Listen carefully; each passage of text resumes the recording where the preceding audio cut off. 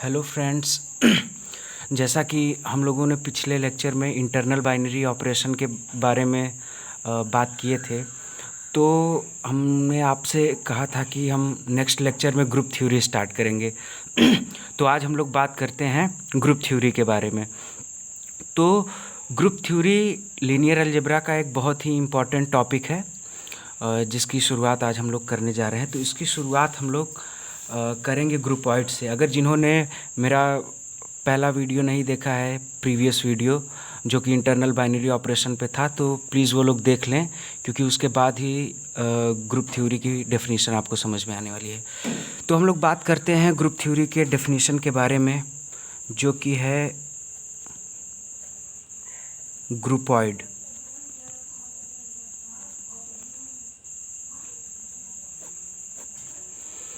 तो ग्रुपॉइड की डेफिनेशन अगर हम लोग देखें तो इसकी डेफिनेशन होती है a system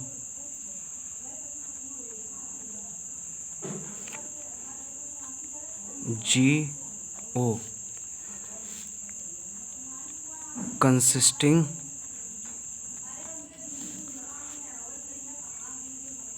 a non-empty set G and a binary operation O on G is said to be a groupoid। तो अगर हम लोग इसकी डेफिनेशन के बारे में बात करें तो ग्रुपॉइड क्या होता है। अगर हमारे पास कोई एक सिस्टम है GO, जिसमें वो सिस्टम कैसा है कि जिसमें ये G है, वो कोई एक नॉन एम्प्टी सेट होना चाहिए। फ्रेंड्स, ये बहुत ही इम्पॉर्टेंट है कि हमारा जो सेट है वो नॉन एम्प्टी सेट होना चाहिए, और ये जो O है ये हमारा एक बाइनरी ऑपरेशन ऑन G होना चाहिए। तभी हम ऐसे सिस्टम को बोलते हैं कि ऐसे सिस्टम जो होते हैं वो एक ग्रुपॉइड फॉर्म करते हैं। एक एग्जाम्पल की अगर हम लोग बात करें,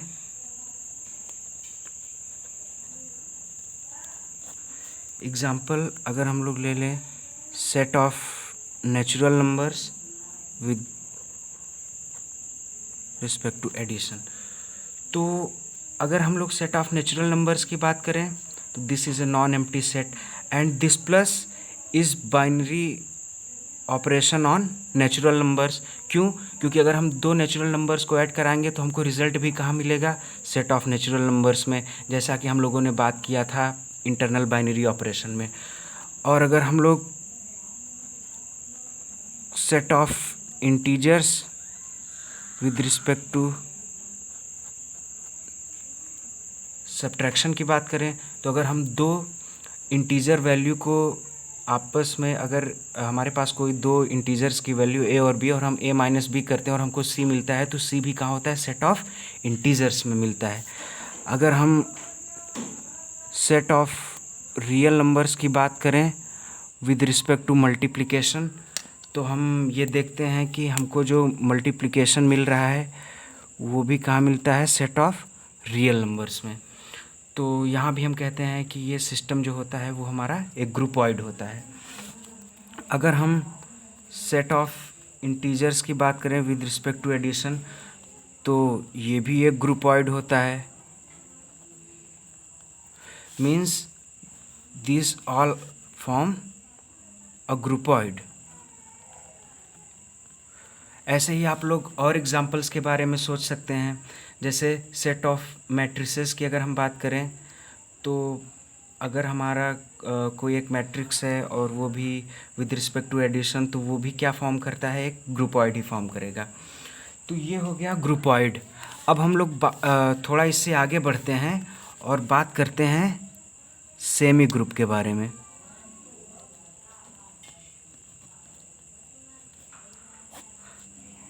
तो सेमी ग्रुप की अगर हम बात करें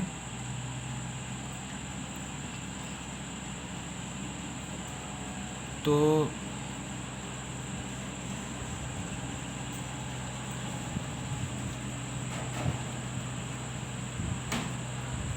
सेमी ग्रुप क्या होता है? अ ग्रुपॉइड। फ्रेंड्स, हम सेमी ग्रुप की डेफिनेशन भी एक ग्रुपॉइड से स्टार्ट करते हैं। अ ग्रुपॉइड GO is said to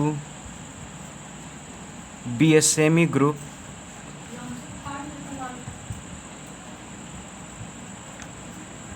if and only if this O is associative in G.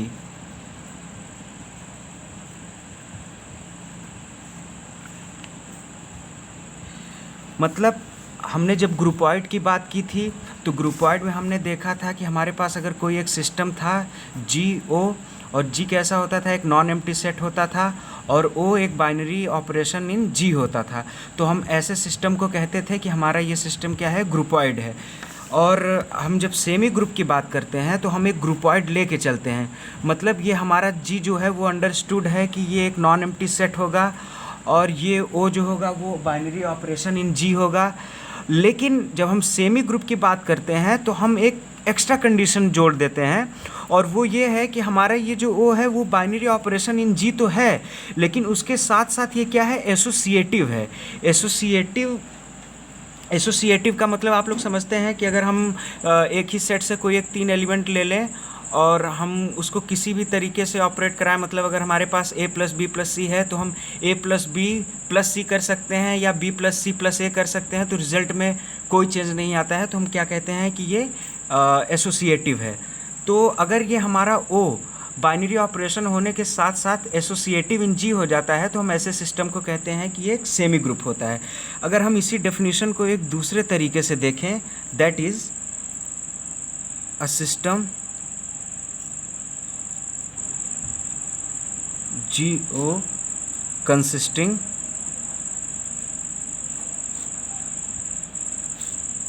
a non-empty set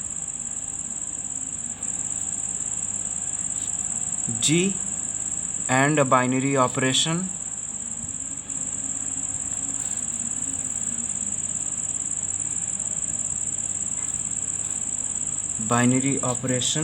is said to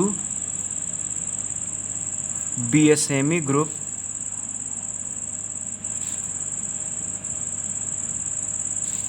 if and only if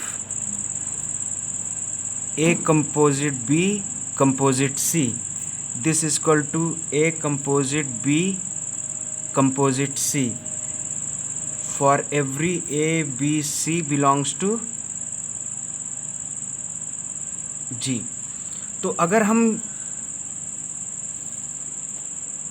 ये भी हमारी डेफिनेशन सही है, ये भी डेफिनेशन सही है, लेकिन अगर हम इस डेफिनेशन के माध्यम से हम लोग सेमी ग्रुप समझना चाहें तो क्या है? A system GO consisting a non empty set and binary operation. मतलब ये हमारा कोई एक सिस्टम है जिसमें कोई एक नॉन एम्प्टी सेट G है और एक बाइनरी ऑपरेशन, मीन्स ये ग्रुपॉइड हो गया।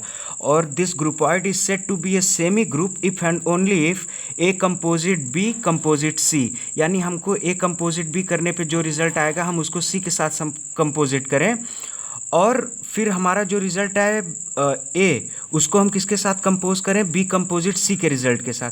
और ये दोनों अगर इक्वल आ जाते हैं तो हम ये कहते हैं कि ये हमारा जो बाइनरी ऑपरेशन है वो एसोसिएशन को फॉलो कर रहा है। और ये A B C कहाँ के एलिमेंट है? For every A B C belongs to G, ये G के एलिमेंट है, और हमारा G कैसा है? नॉन एम्प्टी सेट है।